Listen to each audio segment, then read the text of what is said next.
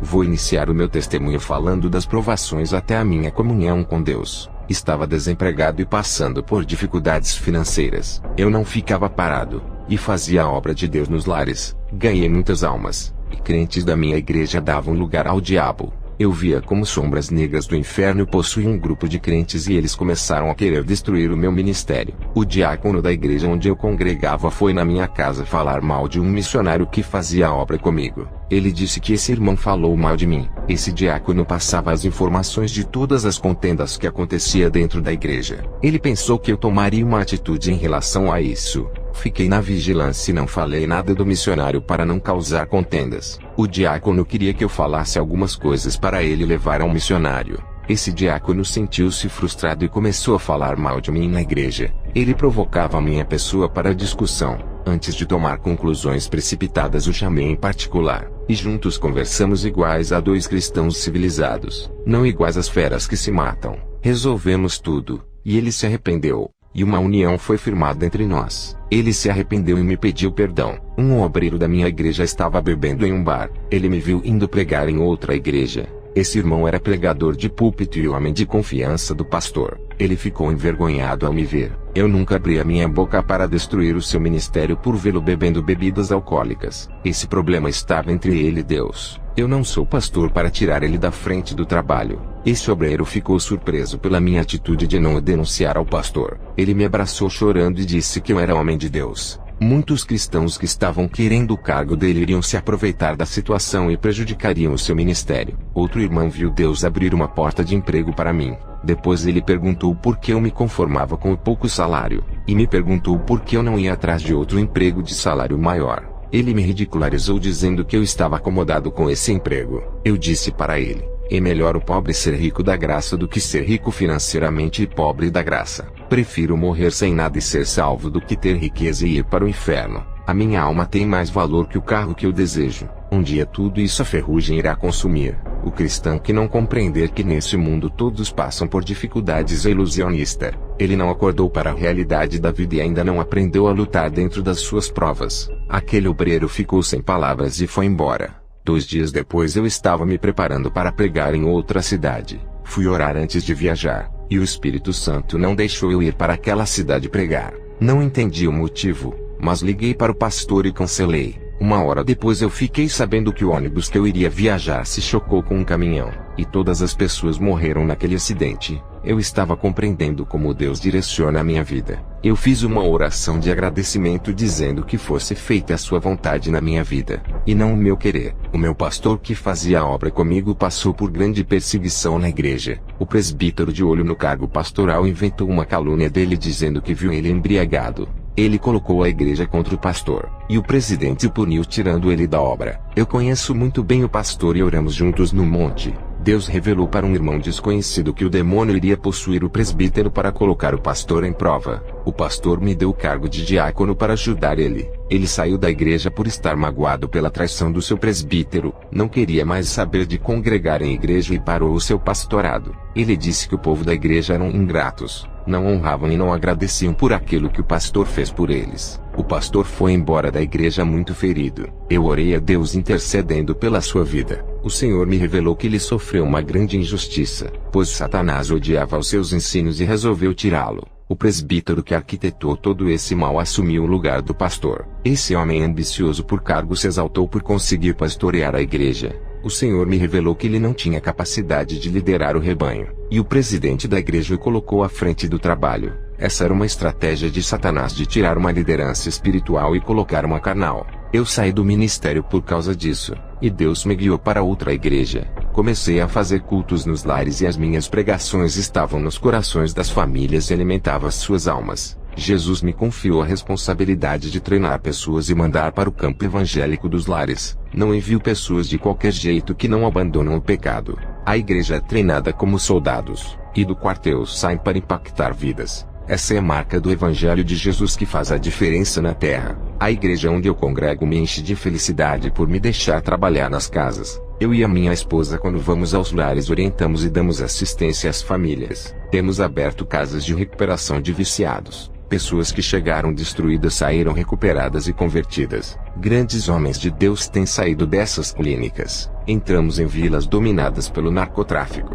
Pedimos licença para fazermos o trabalho de resgate de vidas. Até em florestas passamos para pregar para os índios. Unimos os nossos esforços com o apoio da igreja. E o resultado foi o maior número de almas convertidas. Ganhamos pessoas drogadas, alcoólatras e moradores de rua. A igreja cresceu em números de novas pessoas convertidas. Tratamos bem dessas almas. Não adianta ganhar almas e depois abandonar. Elas precisam de assistência e treinamento. Todo o dinheiro das ofertas é convertido em vidas. Fazendo o trabalho com a minha esposa, eu vi o meu ex-pastor que foi caluniado. Ele estava fumando cigarro e sem camisa. Quase não reconheci. E a sua situação piorou, pois estava se distanciando mais e mais de Deus. A sua aparência já era de um homem ímpio. E estava perdendo a sua espiritualidade aos poucos. Eu não me conformei em ver ele nessa situação. Ainda tinha amizade por ele. Eu não queria aceitar vendo ele viver naquela vida. À noite comecei a orar para Deus fortalecer o pastor. Orei pela situação das igrejas. Aquela oração foi diferente.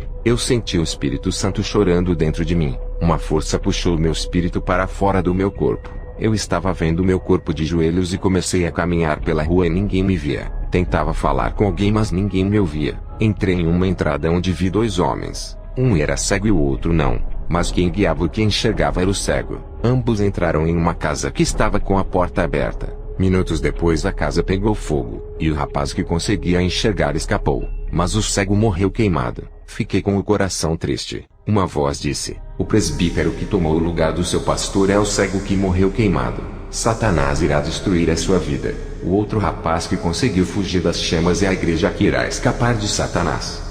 Continuei a caminhar pela estrada e vi dois cegos. Um estava na frente e o outro logo atrás. Um buraco estava logo à frente, e ambos caíram dentro. Eu corri para ajudá-lo, e uma voz disse: não vá, apenas observe. Um daqueles cegos teve a sua visão restituída e conseguiu sair do buraco. Ele pegou uma corda, e conseguiu tirar o outro cego do buraco. Aquela visão desapareceu da minha vista. O anjo do Senhor apareceu a mim e me explicou a visão. Ele disse: o cego que saiu do buraco e teve a visão restituída para ajudar o outro é você. A partir de hoje a sua visão no mundo espiritual é aberta. E nunca mais cairá no engano de Satanás. O outro cego que foi tirado do buraco é o seu ex-pastor que parou de fazer a obra. Ele caiu no engano, e você irá livrá-lo das trevas. O pastor está cego, e não pode sair sozinho das armadilhas do diabo.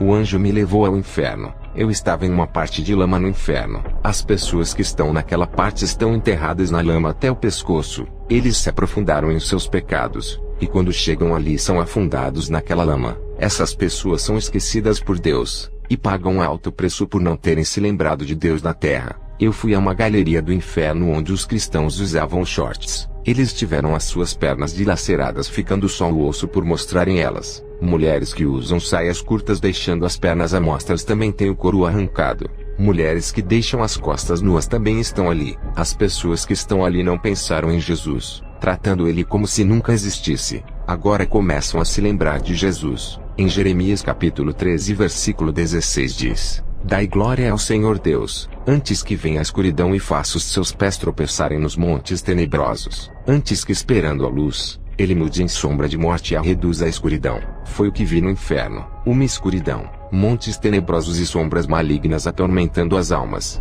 O anjo do Senhor me levou em um lugar onde vi uma moça desviada. Ela havia recebido vários livramentos. O anjo disse: essa adolescente era cristã e se desviou.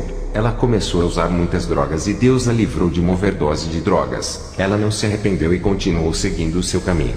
Depois um rapaz endemoniado atirou nela para matar. Um anjo fez a bala se desviar livrando ela da morte. Mesmo assim ela não se converteu. Ela era um instrumento de louvor na casa de Deus. Ela ficou doente e internada no hospital. Uma serva de Deus foi enviada para salvar a alma dela. Ela rejeitou e a morte a recolheu. Ela era escolhida desde o ventre da mãe, e Deus tinha um futuro espiritual com grandes planos da parte dele. Essa jovem está no inferno nesse momento. Eu vi como suas lágrimas quentes caíam na terra e evaporavam por causa do calor. Gemidos de sofrimento saía daquela alma. O anjo me levou em lugar de roqueiros no inferno. Eu vi Kurt Cobain e Freddie Mercury. Eles cantavam até as suas gargantas explodirem. Também vi Elvis Presley tocando e os seus dedos caíam. Eles não estavam mortos. Estavam vivos no inferno. O anjo do Senhor me levou em lugar no inferno onde estão muitos cristãos naquele lugar. Os demônios decapitaram esses homens e levaram as suas cabeças a Satanás para comemorar as suas vitórias. A festa no inferno parecia o ano novo. As comemorações eram por terem ganhado aquelas almas. O anjo disse que esses cristãos foram enganados pelas falsas doutrinas que inverteram o caminho que conduz ao céu. Eles caminharam na direção que levava ao inferno por seguirem doutrinas humanas. A morte significa muito mais do que perder a vida física. Ela significa a destruição da sua alma e ruína. Quando uma pessoa morre, a sua vida não acaba. Ela pode ser salva, ou viver uma vida de miséria absoluta no inferno. A pessoa que morre deixa de existir na terra e terá a sua vida em outro lugar. O mundo espiritual é a porta de entrada das almas. Existem dois portais, o do céu e o do inferno. Todas as pessoas que morreram na terra em seus pecados estão no inferno. A crucificação de Jesus foi em vão para eles por não reconhecerem o seu valor. Eles não aceitaram o sangue do Salvador, e agora estão em profundo sofrimento. A matéria carnal tem fim, mas a sua alma é eterna. Jesus derrotou a morte para que o seu aguilhão não atormente os salvos. Ele reabriu a porta da vida eterna com o seu sangue, a porta do paraíso que Adão fechou. E todas as ovelhas que andarem nesse caminho encontrarão pastagens verdejantes. Creia, o inferno é real, e Jesus tem arrebatado muitos para despertar a sua igreja que adormeceu em seus pecados. Isso é o grande amor que Jesus ainda tem por sua igreja mesmo em falhas. Não entregue a sua alma para o diabo. Lute pela sua salvação. Que Deus abençoe a todos os irmãos. Amém.